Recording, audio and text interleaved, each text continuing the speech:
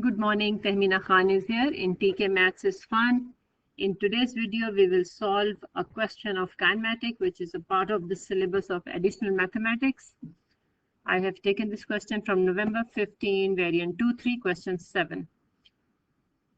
If you want to see more videos on my maths and admaths, you can visit my blog address or my website address. So let's solve the question.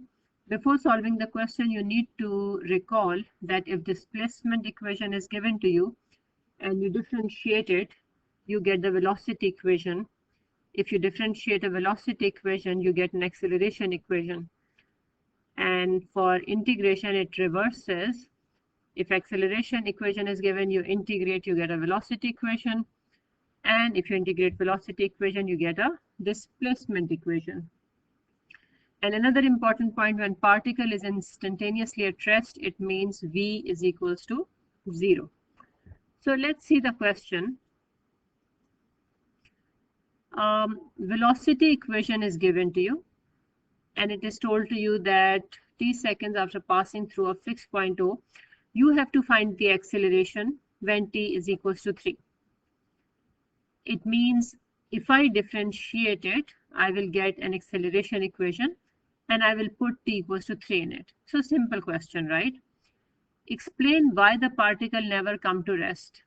Now, can you think? I'll just show you. First of all, we are doing brainstorming, right? And then we will see the solution. So explain why the particle never comes to rest.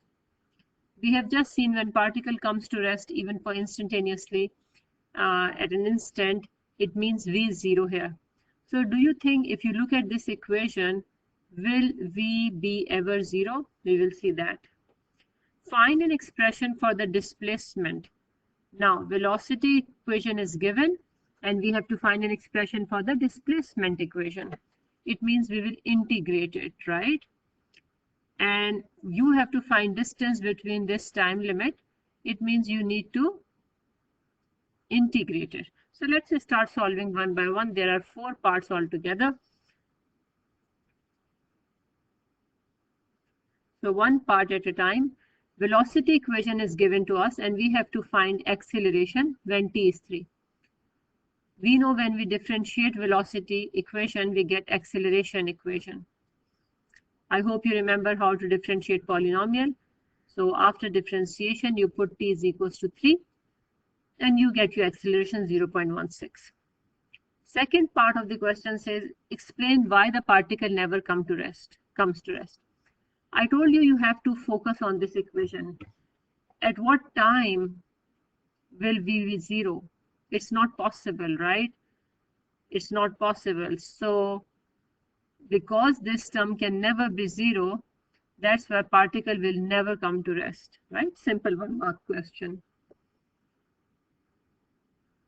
Okay, part 3. Now velocity equation we already have. Part 3 is saying find an expression for the displacement of the particle. It means we have to integrate this to get a displacement equation, right? So first of all, we need to bring this in the numerator so that we can integrate it. So when you integrate this equation, you get c, arbitrary constant.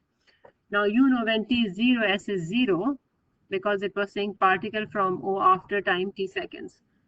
So I will put S0 T0, and that will give me, you can see here, it will give me what value? 5. I hope you understand, because this will go in the denominator, and you will get C5. So then you will substitute the value of C here, and this is your displacement equation. Okay. So next part of the question, last part, find the distance traveled by the particle between t equals to 3 and t equals to 2. Now, because this particle was never coming to rest at all, otherwise in these type of question, we need to be careful. Is there a time between whatever we are given when v is 0? Then there is a different way of solving it. I have made videos on complete lesson, and if you want to understand that concept, you need to watch that video. You can find the link on my blog address. I will put that link in the description. Okay, so right now I have to find out the distance. I'm taking the limit 3 to 8. And this is my velocity equation, because when we integrate velocity equation, we get displacement, right? So I'm applying the limit 3 to 8.